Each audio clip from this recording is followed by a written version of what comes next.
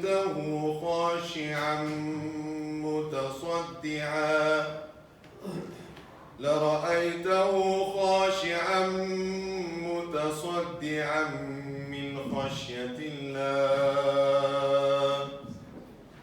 وتلك الأمثال نضربها للناس لعلهم يتفكرون هو الله الذي لا إله إلا هو عالم الغيب والشهادة هو الرحمن الرحيم هو الله الذي لا إله إلا هو الملك القدوس السلام المؤمن المهيمن العزيز الجبار المتكبر سبحان الله عما يشركون هو الله الخالق البارئ المصور له الأسماء الحسنى يسبح له ما في السماوات والأرض وهو العزيز الحكيم صدق الله العظيم.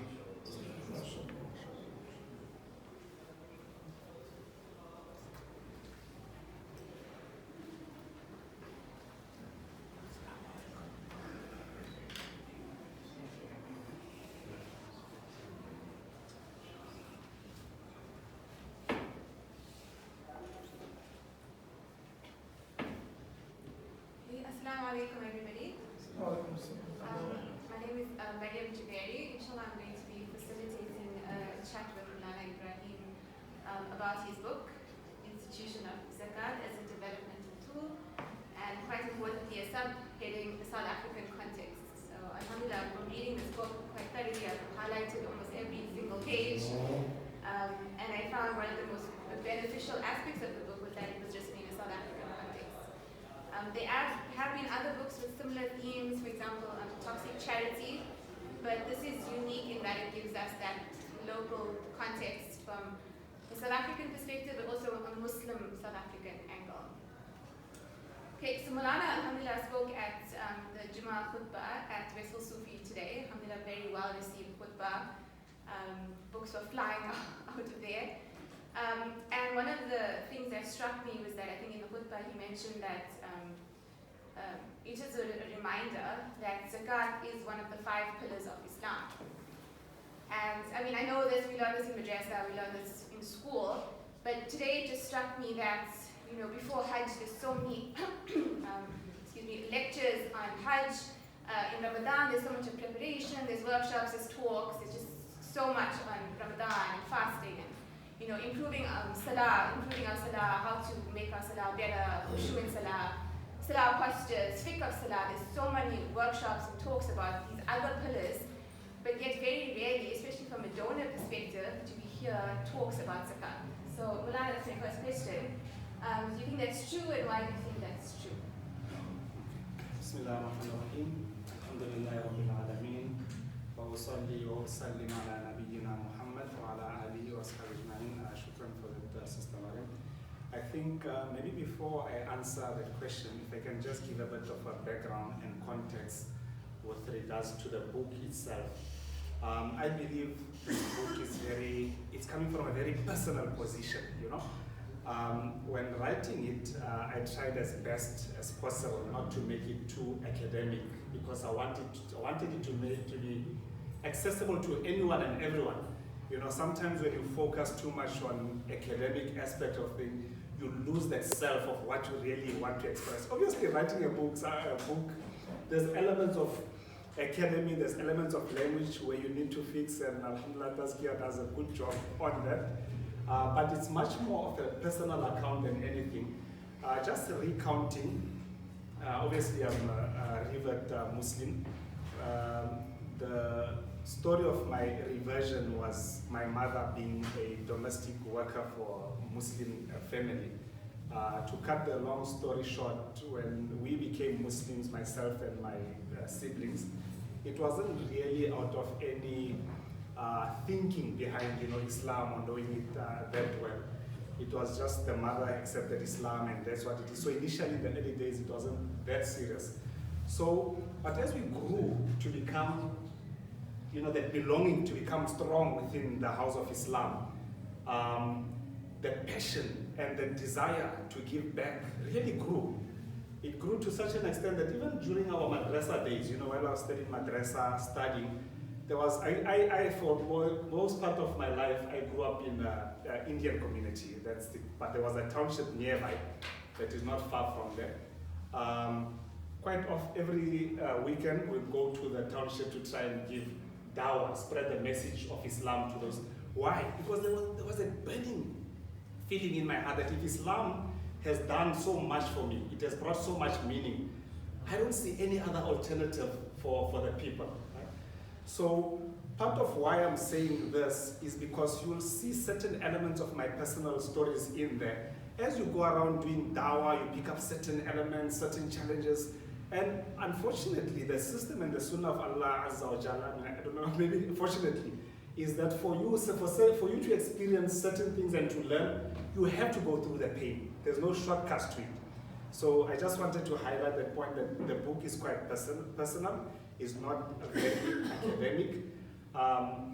Also, my writing the book, it was not something that I imagined that I would write the book. It wasn't something that I had intended to write the book. Sometimes you have burning issues within you, but you express it wherever. Individually, you'll express it whenever you get an opportunity. But someone very close to me told me, you have to. You express yourself in a book. Write a book. But then the question in my mind was, why write a book about zakah? There's so much books that are there about zakah. If you go search on the web, YouTube videos, there's so much book all over about zakah. There's not a shortage.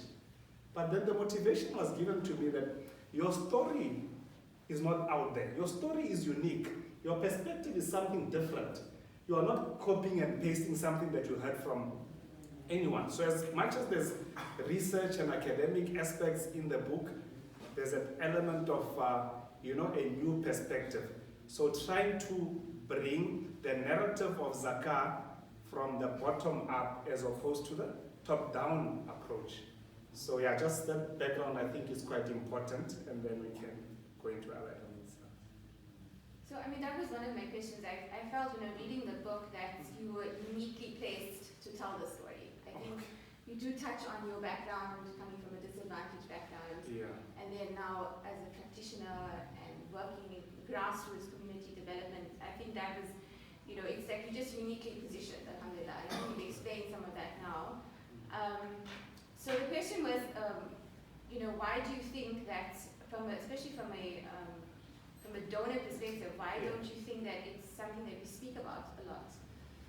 I think because the fact that the zakah is only given by a particular group of Muslims. There's conditions of zakah. You have to meet the nisab. An entire year passes over before you give the zakah. There's certain conditions that are attached. The amount of money that you have to have, the kind of whether you're running a business and so forth.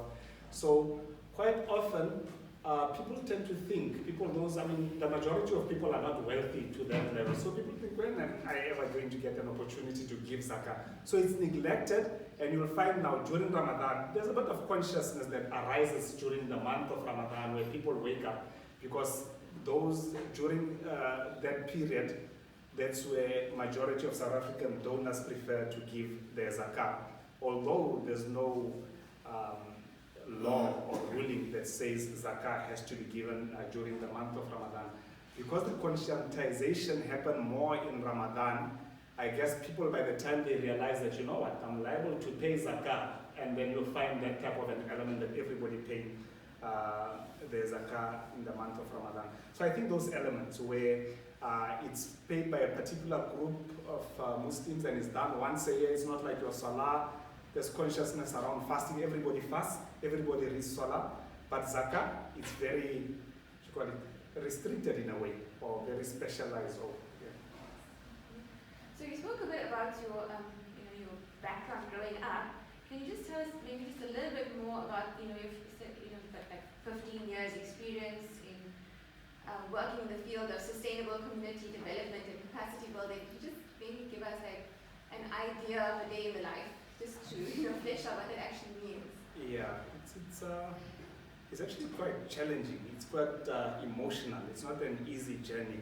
Like I said, from the time when I became conscientized that Islam is the way, this is the life that everybody has to follow.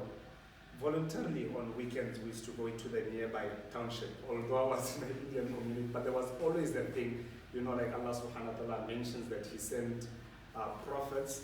Every prophet was saying to the people with their own language, their own culture kind of a thing. There's always that affinity, that attachment to say, irrespective of how bad my people can be, irrespective of how ungrateful they can be, you tend to have much more patience, much more willingness to give in, much more willingness to listen, as opposed to someone from a different culture. I'm not saying they cannot make a difference, but there's almost that extra mile that you are willing to go because you come from that environment, you come from that particular community. So part of the challenges as we went along doing dawah, you find quite often where a lot of people embracing Islam. Alhamdulillah, you get overjoyed. I don't know if anyone that gives dawah, there's no joy that you can explain beyond when someone is your, I can say product for lack of a better word. This is someone that has embraced Islam in your hands. You become so connected to that individual. But as time goes along, you find as much as you bring in people into the fold of Islam, they're just falling away that way. So in our psyche, our understanding is that we should share a philosophy with people, a theology, whereas that is not the ideal. That's not the way to do it actually. People want a belonging. People want to know and understand that you've got their back covered in many ways other than just sharing a philosophy. So part of what's intriguing within Islam, you see the institution of Zakah being something that creates economic balance, something that says, my brother or my sister, you are down, I'm going to pick you up. There's no thing you became a Muslim, no, I don't care about you. And yeah, I'm not talking about you, someone becomes Muslim and you start, handing them freebies and stuff like that. I'm talking from a perspective of, what's your problem? Because your problem is not just a philosophy. Your problem is not just a theology. You've got other many human problems within you. You know how difficult it is to do that. Right? So when you look at the institution of Zakah, you say the Muslim community is honored, the Muslim community is favored to be having something of this manner that is discharged every year voluntarily by everybody. Are we harnessing the potential of Zakah in a manner that we're supposed to be harnessing it? Or it's just a matter of, I discharge my responsibility and it ends there? So those are some of the questions that linger. So Malala, the Institution of Zakah as a developmental tool. So I think not everybody is familiar with those terminologies. Could you maybe, I know this is kind of the crux of the book, can you maybe explain the difference between relief and development? Because you mentioned that quite a lot in the book, the difference between relief charity and then charity that has a developmental focus. Okay, so sometimes the point that we miss is that when we meet someone who's in distress, financial distress, material difficulty, we tend to think, obviously there's circumstances where you find someone, they're in crisis. When someone is in crisis, the first point of call is that you relieve them from the crisis, you take them out of the difficulty. But sometimes I think we get stuck on the relief aspect. After relief comes rehabilitation. Some people are psychologically battered. Some people they don't trust. I speak about the trust deficit in the book, where the poor have been promised so many times that you're going to do for you by politicians, by religious charlatans, by all kinds of people. They've lost all hope. So you as a community practitioner or as a welfare organization, those nuances or those small aspects, sometimes we miss them because we're busy in giving out. Alhamdulillah, we pacify ourselves. We've given so much, we've done so much. But you don't understand that there's a stage, the stages in the developmental process. So after the rehabilitation, then comes the development aspect, where you want to get the person to stand on their own feet, to become self-sustainable, to be able to do for themselves and their families. So when I look at the way zakah is discharged in our communities, you tend to find, and many of you will agree if you are not conscious about it, zakah is perceived from a perspective of consumption. It's consumption oriented. What do I mean by consumption oriented? Yes, my zakah, let it be consumed. Before you'll find that quite often even with Islamic organizations, you'll get millions of money. Before the year ends, the money must be consumed. So sometimes you'll find organizations are pressed. They're pressed to give out before the next Ramadan comes. And then what would that do? If you don't have a developmental plan in place, you will just have to give it out. The easiest way to give it out is in what? It's in relief. Because the relief is quite easy. You just get a number of volunteers, you put them together, you distribute your meals, you distribute your hampers. It's done. It's sorted. But when it comes to development, even if you give me 1 million rands now, if I don't have a plan for development, I don't need that million rand. There's nothing. I'm going to waste your money. And I'm going to come back to you and say, Alhamdulillah, I've distributed your money. I can't take the 1 million because I don't have a plan. So unfortunately, you find quite often the consumption-oriented, give the zakat, let it be consumed, it's done. Alhamdulillah, my responsibility is fulfilled. So that is the differentiating factor. Okay, so leading on from that, I think in today's khutbah you mentioned this term, I don't know if it's actually in the book, but you mentioned the term in the khutbah today about outcome-based charity. Okay. So what did you mean by that? Yeah, well, it's not in the book. This is based on my other readings and research and so forth. So this ties again to the aspect when I talked about outcomes-based charity or planned giving. It's actually similar to what I said now. So sometimes when we give as Muslims, and rightfully so, we expect that Allah give us thawab.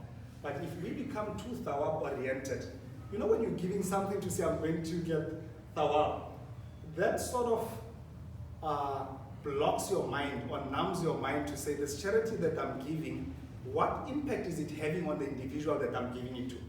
It's one thing to say my responsibility is fulfilled and I'm getting the thawab. We forget sometimes that thawab is Allah's prerogative. That's why the Prophet ﷺ reminded us that innamal a'malu bin niyat. It doesn't matter what it is that you give. You can give 10 rands.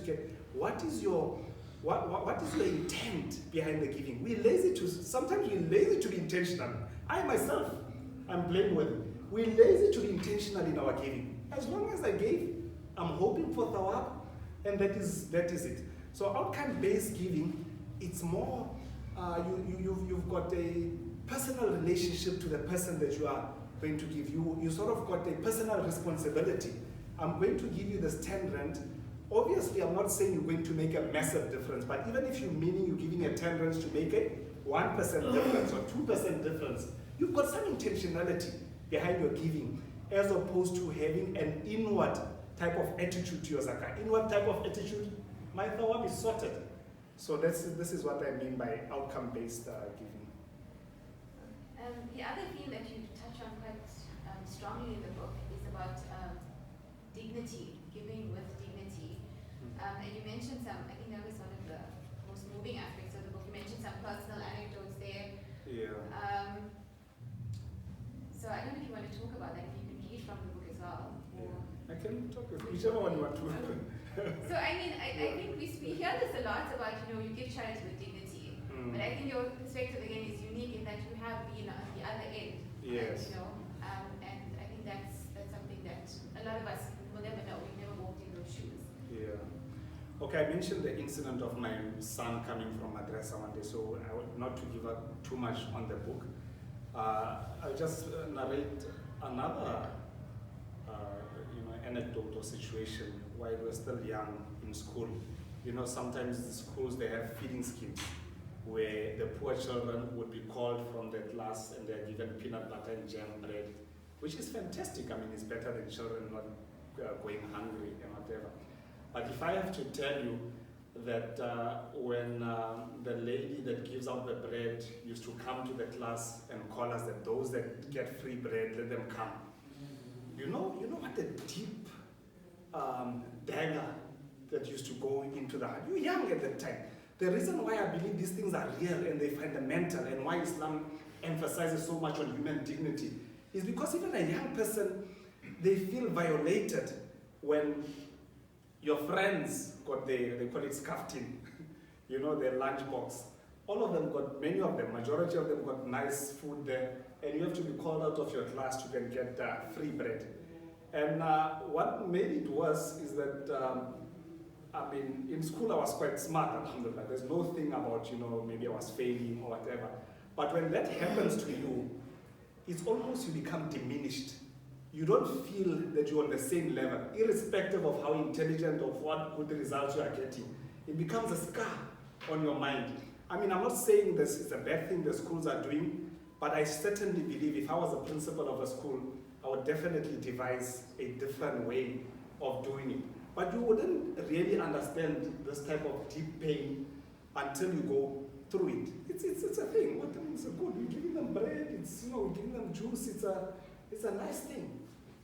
But it's really hurtful and it's emotionally destroying. Your friends don't see you the same.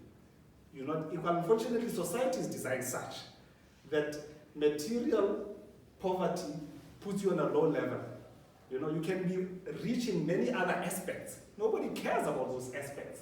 Material poverty is what determines who you are.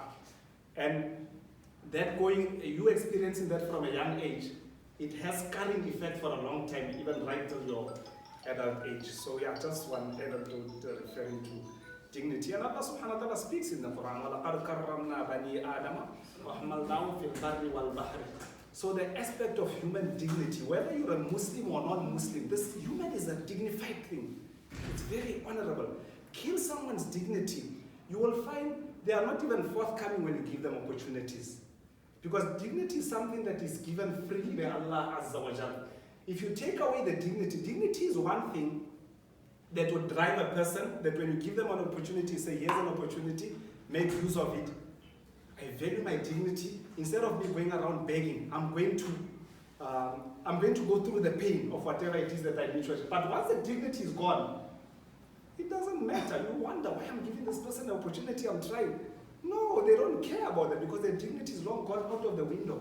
So if you keep the dignity intact, you will find a person fearing that I might lose my dignity. They'll go through the pain of things that will lead them to preserve their dignity, their honor, their integrity, and so forth.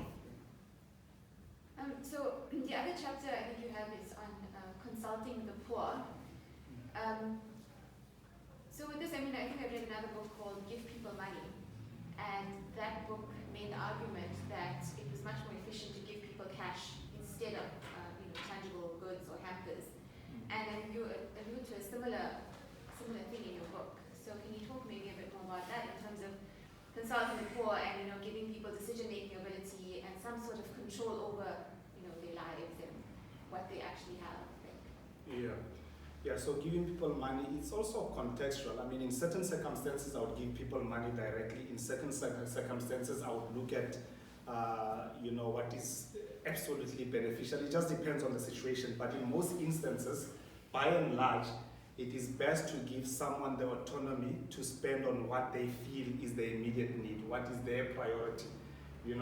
Sometimes you will find people even arguing to the level of, sometimes if you give a gift voucher, what if the person went buy liquor? What if they buy a cigarette? I mean, are we going to police people to that level? What gives us the right to say this person? It might be in certain instances where people buy liquor, but I mean, once we've done due diligence, we've started, we've done our analysis of the individual, whatever the necessary requirements are.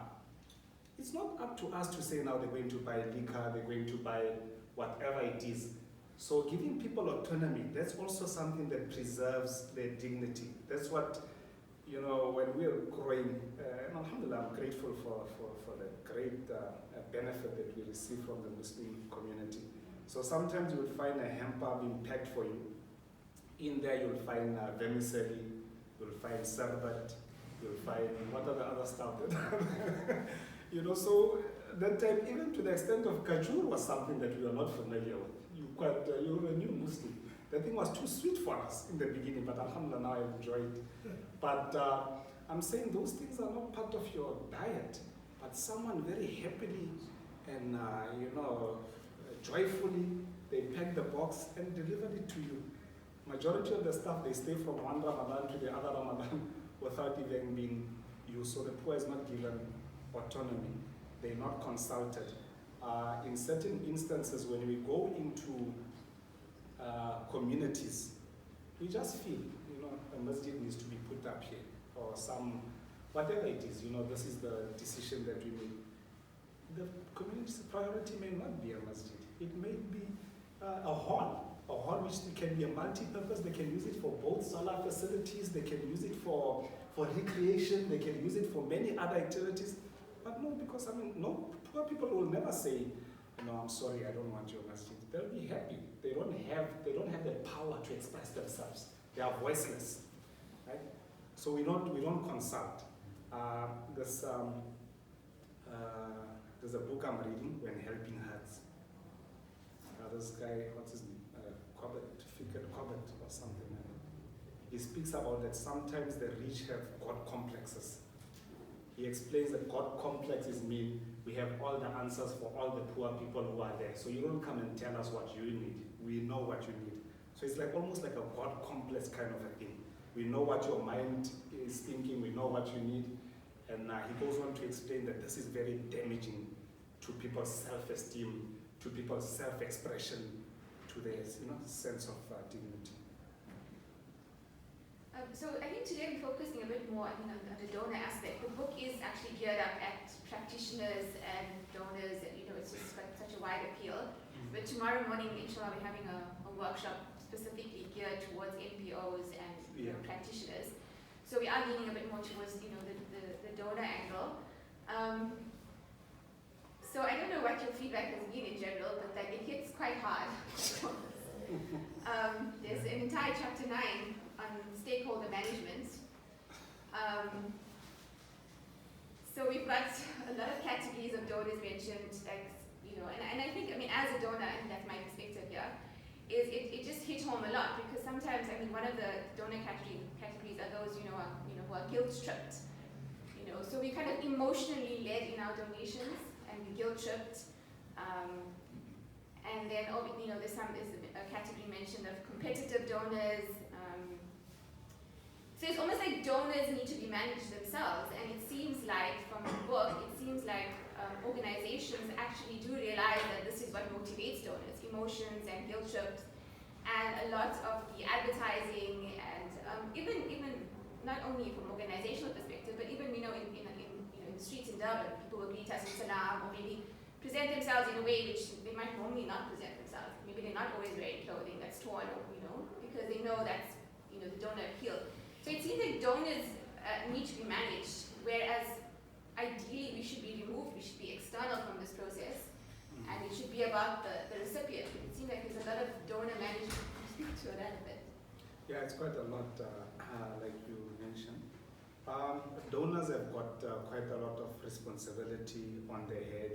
These are business people, or some people, even the working class or professionals, people who they are motivated by wanting to do good. They don't give money for the most part out of ill intent or trying to prove a point, but because they are quite busy, their lives are in working on the other aspect which community practitioners actually need. You need that group of people to be focusing on that. But quite often, like I mentioned in the book, you'll find organizations competing for the donor money. And they'll quite often listen to what donors like, how many hampers did you distribute this year? How many madrasa keys do you have? How many of this, that? Oh, this is what works. Did you go to this crisis that just happened recently, and so forth. So in that way, the organizations will try to use that sensationalism, which is the, guilt tripping, which I speak about is quite dangerous, because the guilt does not last. When you are guilt tripped, you will give, but then again, the same type of thing happens over and over. So there is a lot of discussion that needs to take place with donors. donors need to be very much more close to the ground compared to what we have currently. We're not saying interfering with what is happening, but just having some sort of an oversight and looking at things like how they look at their business to say, is this really taking us anyway? We've been giving millions of rands to this particular project. Can we relook at it? Can we just do it in a better way? So yeah, stakeholder engagement in terms of the donor is quite important. So I think in general, that's the message we get from the book, that as donors, we need to be conscious donors, conscious, and most things in life, I say from parenting perspective, you parent on a day-to-day basis, and it's like you take your kids to school and the school runs and cooking and all of that keeps you very, very busy. But if you don't take a step back every now and then, it's a busyness, but you don't reevaluate the purpose behind that. And I think from a donor perspective, I think that's the thing, because we do give a lot. Yeah. Ramadan and the Hajj days, and we try to maximize the thawab on those days, but that taking a step back and reflection is something we don't often do. So we do, but not reflect. So I think this is really what the book helps with. Like if anybody reads this book, I think it just makes you take a step back to reflect on your own, your own donations. If not necessarily zakat, any kind of charity, and just reflect. Okay, take a step back, be more conscious. I know that's what it invited me, a reflection point to say, okay, can I do things differently? Can I look for organizations that are distributing to more sustainable projects? So that was the... Yeah, because sometimes as a donor, you may be thinking what you are doing is quite helpful, but it may be harmful. In certain instances, your giving actually can be having opposite results from what you're thinking you are achieving, because your thing is, I've given my zakah, I've given my charity, but you're not realizing, like the book suggests, when helping hurts. Sometimes helping can hurt very badly, So I think it's a responsibility of donors to take those steps back. Is my helping hurting, or is really, really dignifying people and making them humans again? So yeah. Yeah, I know one of the things we also try to do is, in Ramadan we think, okay, let's concentrate our donations then, because it's extra thawab, multiplying that. Or in Hajj days, we try and split it up, but it's not necessarily, what's required. But then, so some people might argue, are we discouraging people from giving charity? I know that question will come up. We're discouraging people. Yeah, absolutely not. We're not discouraging. All we're asking for, like we mentioned, consciousness in giving. Just the simple point that I mentioned in the beginning, that there's no requisites or ruling in the Sharia that says your zakah has to be given only in Ramadan. But that has happened over the years because probably people just became conscientized during the month of Ramadan. So you find the intelligence and the wisdom of the Sharia, of the lawmaker. The fact that your people's days can be all different or spread out throughout the year is because the needs of the poor are spread out throughout the year. You cannot eat a big stomach now in Ramadan, you've got 30, 40 hampers and you're full. What happens after that? Do we ever think about it? Says, no, I'm not going to give him, I'm going to hold back. Irrespective, I know I must give my zakah now or whatever, but I need to identify where is the need. Sometimes it may be giving one person your zakah. Sometimes it may be giving just one family your zakah. It does not necessarily mean that your zakah has to be all over the show. So there's wisdom in how Allah has made it such. Your zakah can be Muharram, someone else in Ramadan, someone else in Rajab, because the needs of the poor are met throughout the year. But we've lumped it in the month of Ramadan. This is not something that I'm saying it can be undone or whatever. I'm just putting it out there. It's a fact of life which is there. I'm not here to give a fatwa to say, no, people must know. I'm just saying it's a reality, and it presents a challenge. It presents a real challenge that we're facing. I don't know who can do it. So, yeah. The other question is, it seems in South Africa, because this is what is great about the book, is that it brings in the South African context, but in the South African context, you look at like an expanded definition of unemployment. It's almost like 40%, in expanded sense. So it seems like a bottomless pit. So it's not like the relief need is always there.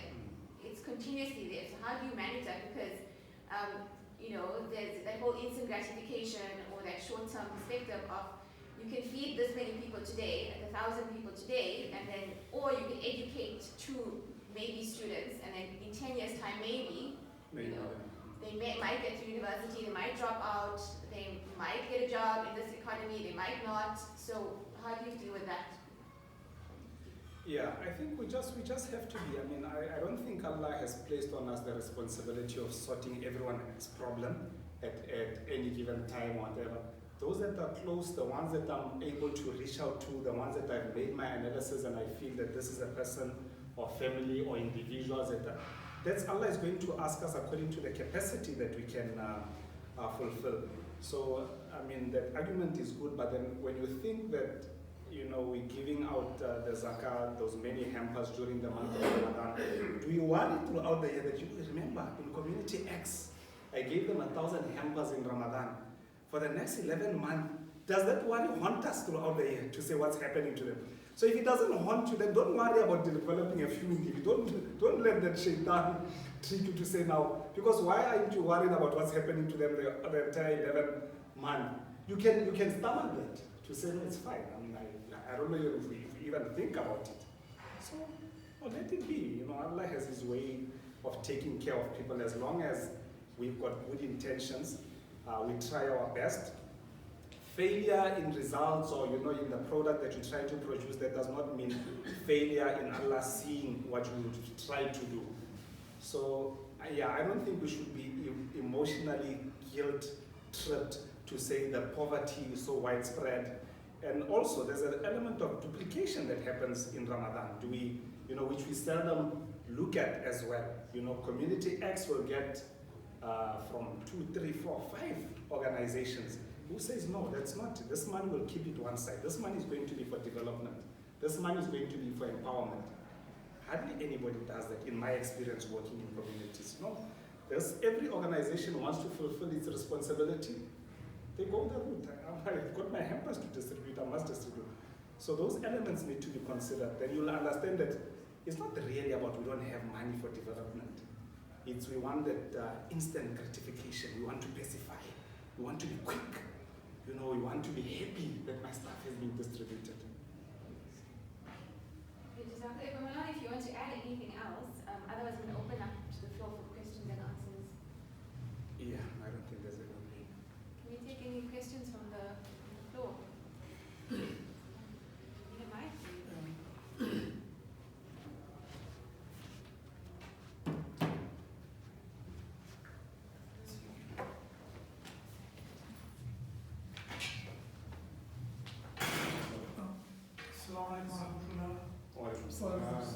I'm Hamid Elvis. I'm a Dari for the past 40 years. I just want to know the category of Mu'alaf al-Qulub. The category Mu'alaf al-Qulub, those inclined towards Islam, those to strengthening Islam. There's one. How do we, in a country where we are politically disenfranchised. The socio-political environment we find ourselves in, we're in a crisis. And Shaykh Ahmadiyya, Rahimahullah, used to say, give charity before it's taken. And Khalid Mansour came to IBC many years ago in the 80s and he said that give dawah, invite people to Islam before they enter your house uninvited. So the Prophet ﷺ taught both how to use miswak and the sword. We tend to speak a lot about spiritual matters of thawab and things like that. But to ask the Maulana, can Muslim use the charity to transform the socio-political environment? Should we take Up to you. Okay, let's take another question. Okay, anybody else?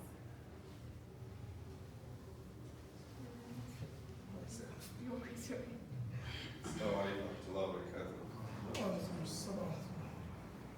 Mine is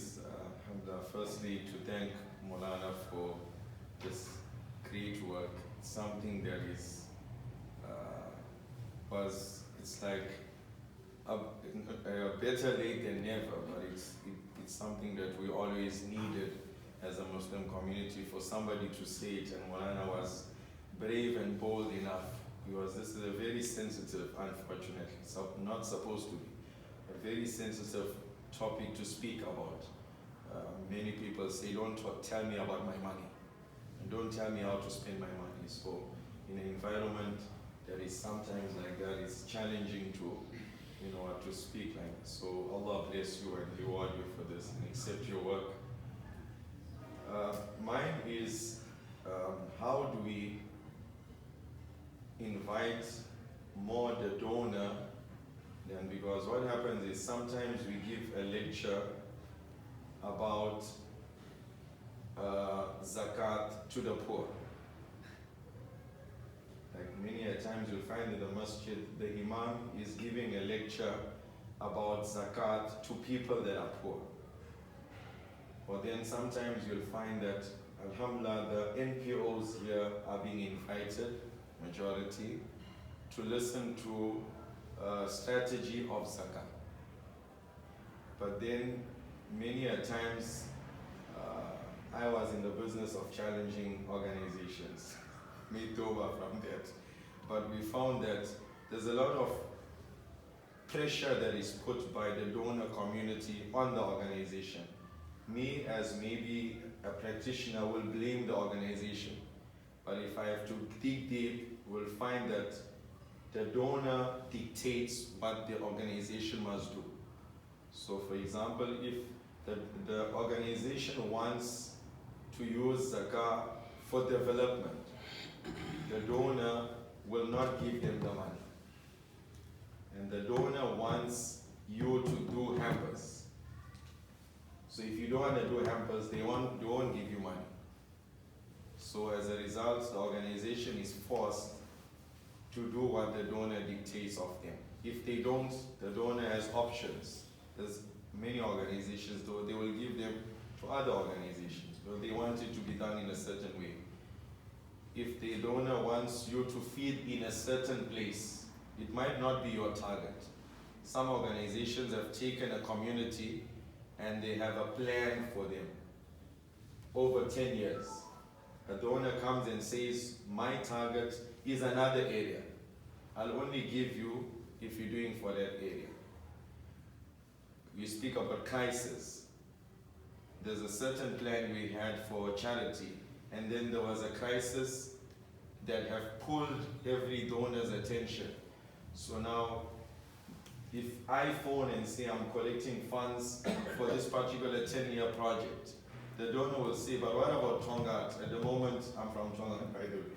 There's a crisis in Tongat. Are you collecting for Tongat? If I say no, I'm not going to get the money. So, can maybe Maulana think of ways of maybe having another workshop for the donors specifically? Alhamdulillah, we appreciate for the one for the NPOs, for the donors, so that they can loosen the grip a bit on the necks of the organization. Bismillahirrahmanirrahim. Shukran for your question. Firstly, I'll just begin with my last question, then I'll go to firstly, I think it's very important that my intention, even with writing the book or the sessions that I have, I don't think I have the intention to teach people, right? I don't think I'm in that position. There's people who've got experience far much better than I am, especially in a workshop setup. People might give you insights that you're not aware of. So workshops of that nature, like you say, it's knowledge sharing workshops, you know. But your point is quite valid. Sometimes people are not aware of the perspectives, but probably if I share my perspective, they may give their perspective, which is very nice, a very nice, safe environment where everybody can criticize each other without pointing a finger, without appearing to be antagonistic, as long as it's for the sake of Allah subhanahu wa ta'ala. So that's important, Maulana, though I don't think I can workshop the donors. They can come in one room, we discuss, I give grassroots perspective, people who are donors, they give their perspective.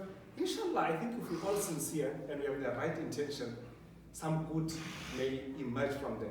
remember, I mean, zakah, as much as it's financial, it's very spiritual as well.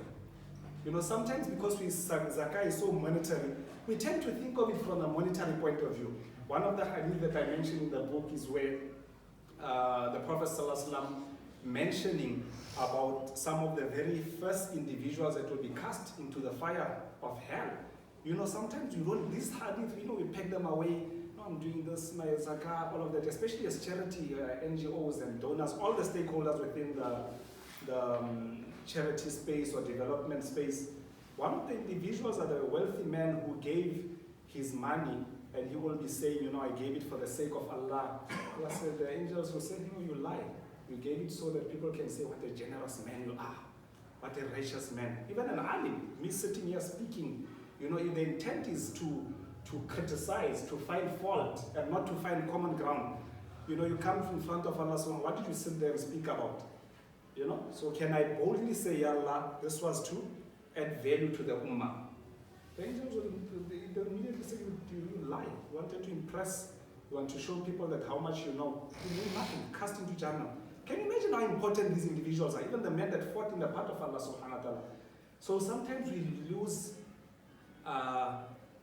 touch of those spiritual elements, the meaning, the purpose of it.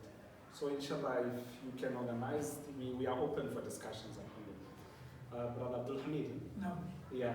So you asked about mu'allafatu qulubuhum. So, I mean, yeah, it's one of the categories. You know, zakah has 8 categories, and Allah subhanahu wa ta'ala mentions about mu'allafatu qulubuhum in the Quran.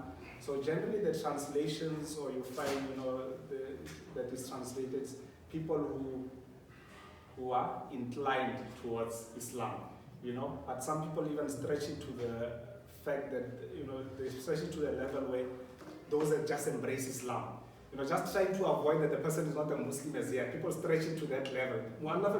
Meaning these people have got some inclination, but people stretch it to those that are new Muslims. You'll find translations of that nature of people giving, they are just new Muslims, so maybe their families might have abandoned them or something of that sort, you know, just give them as a support.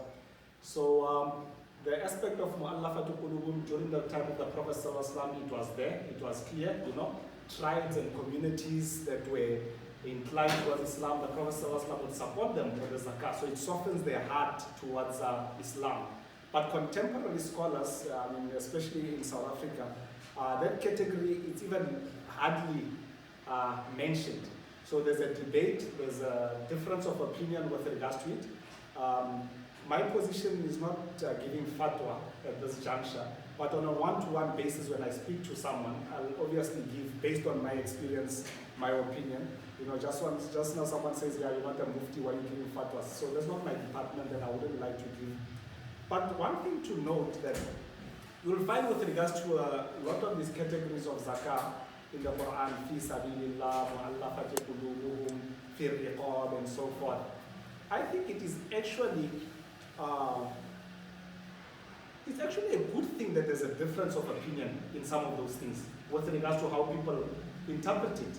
Because zakah is very contained, you know. The Quran is trying to contain the zakah. If we just say mu'allafatu qulubuhum or we say fi sabilillah, you know what, everybody will go wild with just giving the zakah. Instead of, there's other monies, for example, that can be used to build masajid. There's other monies that can be used to build roads. There's other monies that can be used. But if you just say now, fi sabilillah is free for all, you can do anything, people are going a rampage. Now the poor will end up not getting anything. So if there's a difference of opinion, I think those ropes that are there are very good. Because some people will be vigorously against it, and some people will say, you know, we allow it leniency based on conditions, based on circumstances, which is good for the ummah, which is good for the poor, and it's good for the situation at hand. So the Quran does these, what you call it, uncertainties that are left deliberately, so that we don't end up abusing certain institutions here. The socio-political environment that also plays, you must try to transform charity for transformation. Yes. The charity has to transform people, to transform the environment and the individuals. 100%. I agree with you. Yeah. I mean, like scholars like Sheikh Yusuf Kardawi, when they speak about fi sabilillah, Generally, many of the scholars would say fi sabilillah strictly means jihad, fighting in the path of Allah. But as contemporary scholars would say, fi sabilillah, like Sheikh Yusuf Qaradawi would say, advocacy,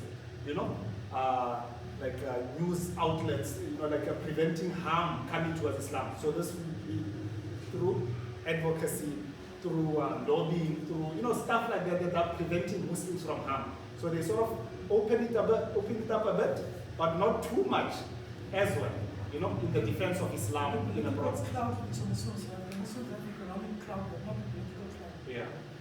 And we are dabbling into a democracy which we don't understand the dynamics. For example, in an Islamic society, you have a fuqaha, and they're challenging the amir. Then you get the amir that controls the people. But the fuqaha oppose the amir. So the tension always remained in an Islamic society. Yeah. Now I'm talking about specifically in democracy where any time a conflict can arise because of political differences. You're right. So where do we fit in? How do we navigate in this environment? Through charity. Yeah, no, this you're talking about this. I've answered. I don't know if I've answered you or Yeah, you partly answered it, but Yeah. we just need to see how we can transform our society through charity, even the political environment. Yeah, I fully agree with you. It's just that there's no blueprint to this type of a thing. There's no silver bullet to the situation. That's why my book also I mentioned, this opens up discussion. This opens up an environment where we are free to discuss. You can criticize me, you can tell me you're talking nonsense, it's fine. It's not a problem. I'm not emotionally attached to my statements that I'm saying. I want to learn. But I'm expressing this because I genuinely feel this way. I genuinely understand the circumstances. I've been there in the trenches and I understand what is happening. But anybody's free to disagree, to dismiss. If I'm sincere and my intention is clear, I'll continue until inshallah Allah teaches me what is right. Anybody else have any questions? I can hear you, but maybe the mic can reach there.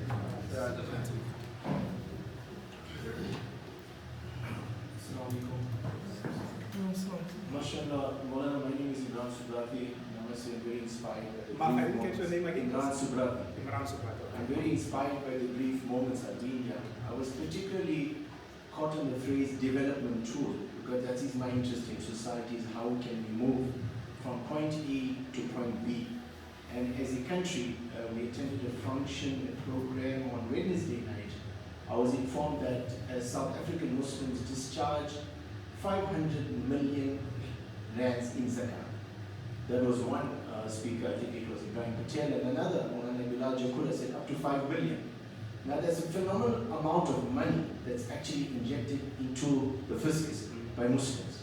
And I would think that is probably equivalent of a GDP of a small country. So for me, it's a comment, it's not a question. So I'm particularly interested, that's what's got me keen to thinking about how can we as Muslims galvanize the use of zakat as a development tool, not only to benefit us, but in the greater context of dawah to benefit the greater society in South Africa. Because that's a challenge in my mind.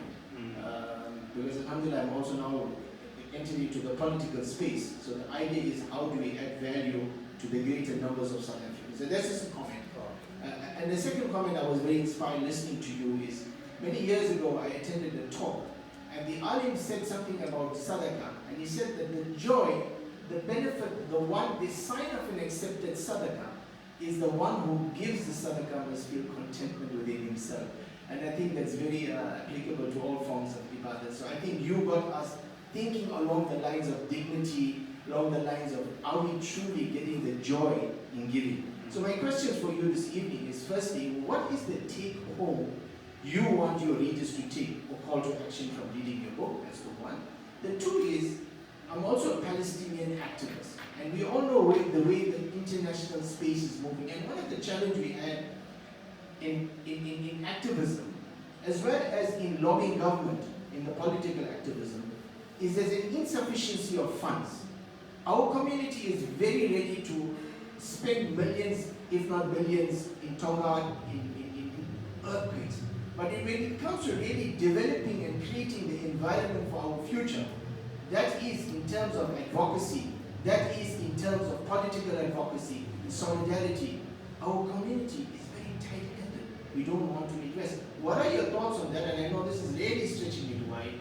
Yeah. Can we tap into this Treaty of Zakah to further to fund those type of projects? Yeah. Yeah. Now, Jazakallah for sharing those figures as well. And this you're talking about just Zakah. There's a lot of other voluntary charity that Muslims give, besides, we're just saying Zakah because if anything, if you don't want to do anything with the extra, at least the Zakah that is compulsory, that is there. So in my book as well, I mentioned the estimates which are very conservative. 500 million is very, some ballpark estimates even estimated to about 4 or 5 billion rands of Zakah. Yeah, 500 million I mentioned. This because these are all statistics that I have based, because it's very hard in South Africa to really pin it down because a lot of the Zakah is given it's given all over the show.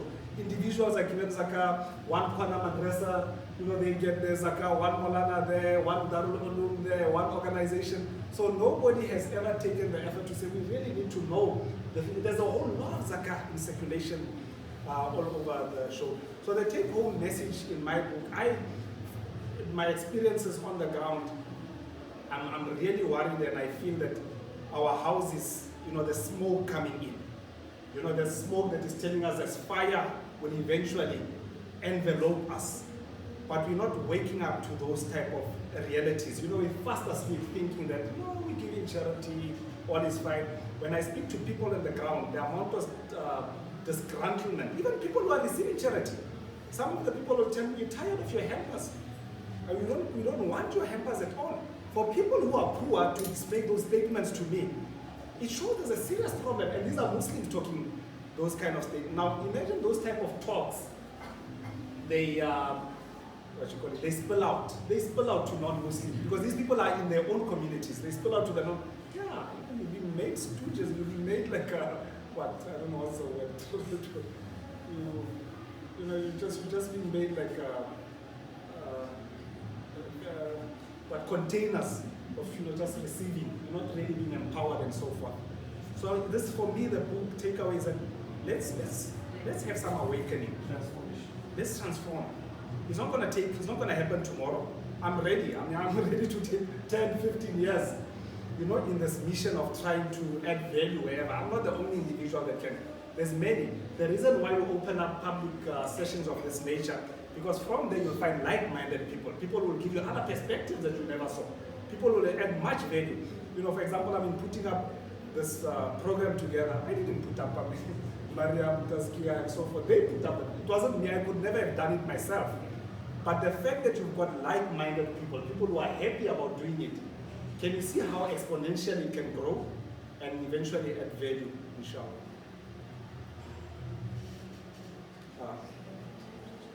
The back.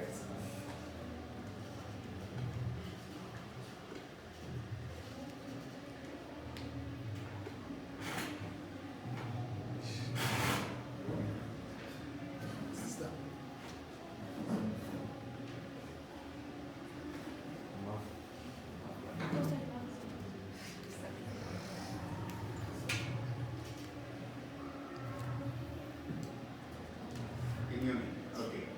I'm loud without mic actually. Assalamu alaikum. Jazakallah, thanks Ebrahim Mokgubadi for the insights as well as talking about the Zakah as development tool in the context of South Africa. And anything in South African context, I think it's important.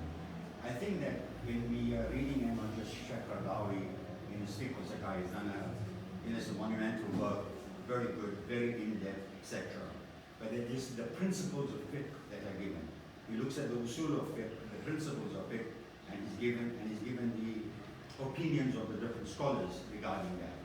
What is happening currently, for example, and when we look at the classical scholars as well, they understood their context, they understood their communities, they understood how to apply the principles within the context without losing the spirit, without losing the objective of each principle that is there. So I think it's important that we understand our communities and what needs to be done. So for example, the category of mu'allafat qulubuhum. So there will be those categories, for example, about that category is abrogated. And we take a particular idea, opinion of a particular scholar. But there are other scholars, like Ibn Ashur, and many of them, etc., and even Hanafi scholars, that say it is not abrogated. But it also means that the scholars need to know the community and how to apply it. So, Mu'allafati Qulubuhum is an example.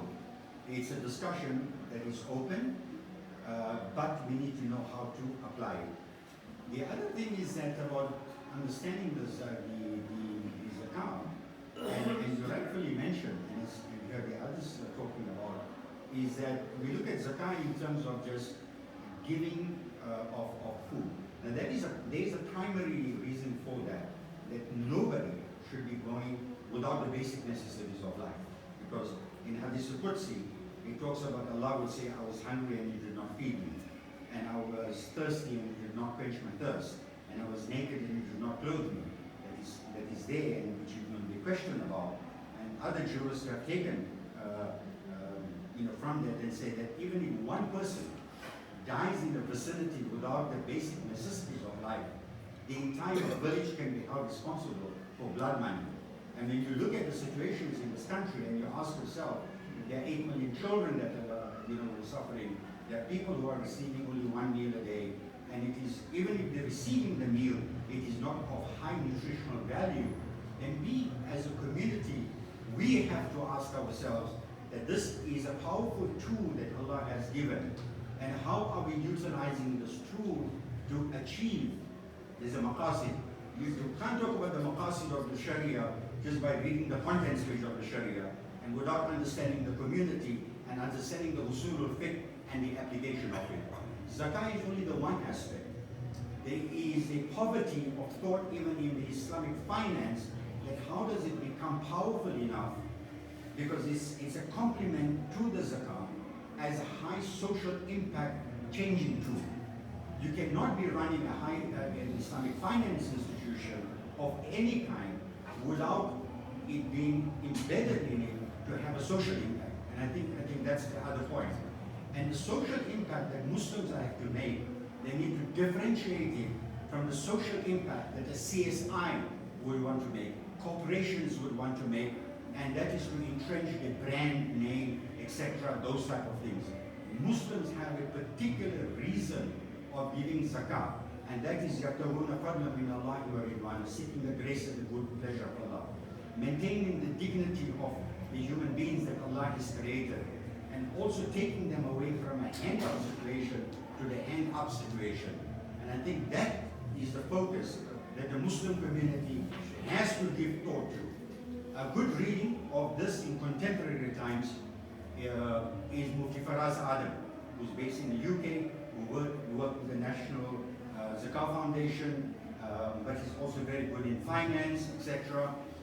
And we can see this discussion taking place. We see this discussion taking place, Sheikh Hamda, within Yaqeen as well in the United States.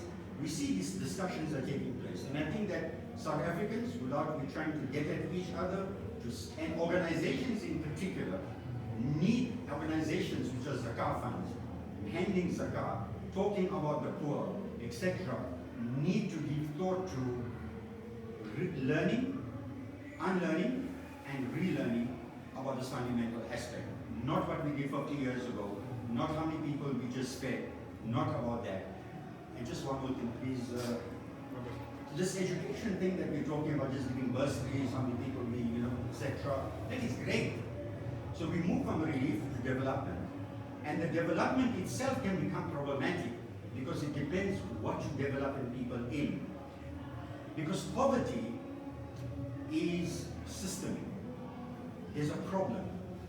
Muslims cannot be just talking about the relief that we have given, how much bursaries we have given, without taking into account that what is causing the poverty, and we need to become the advocates for a just system that will take into account of the fact that, listen, not only that the uneducated, those who haven't got skills and haven't got university degrees, currently in South Africa, even those who are educated are having a problem to find employment. And we would have never thought about that graduates can be sitting at home for 3 years, 4 years, and 5 years. So Muslims have to do the relief, which is necessary, help with the development, but also be seen as advocates for the poor. And the point about raising monies for different causes, that depends what people want to give to. There needs to be a serious discussion about re-looking at zakah and not just celebrating how many hampers you have given throughout the years. Thank you. Sorry for the... No, Zakah for those comments. Just I think it adds value to the discussion. Can we just take one last question, and then I think we'll close on Sheikh Gamba will close for us. And we can take some informal chatting over tea. So can you be announced? Oh, okay. So, okay, we'll leave two questions then. But no, the brother in the front first. Didn't you have a question? Just a comment. Okay, no, sorry. We'll take your comment after. Assalamualaikum. Sorry if I missed that, step out for a bit, but a practical question, not as theoretical as Richard. But like, so I was thinking, you said we should not obviously hyperize Islam, which is something which happens often, as you know. Even when we coming from the MSA, it still happens now. MSA hamper project is a big project. I've got groups of friends who just do hampers only.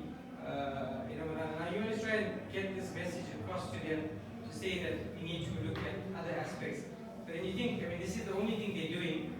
If you go and tell them now, maybe you shouldn't be doing hampers, you should be doing and other things, they might do nothing. So how do you sort of balance that to get them to change that mindset without destroying what they're doing at the moment, and like completely making them do nothing?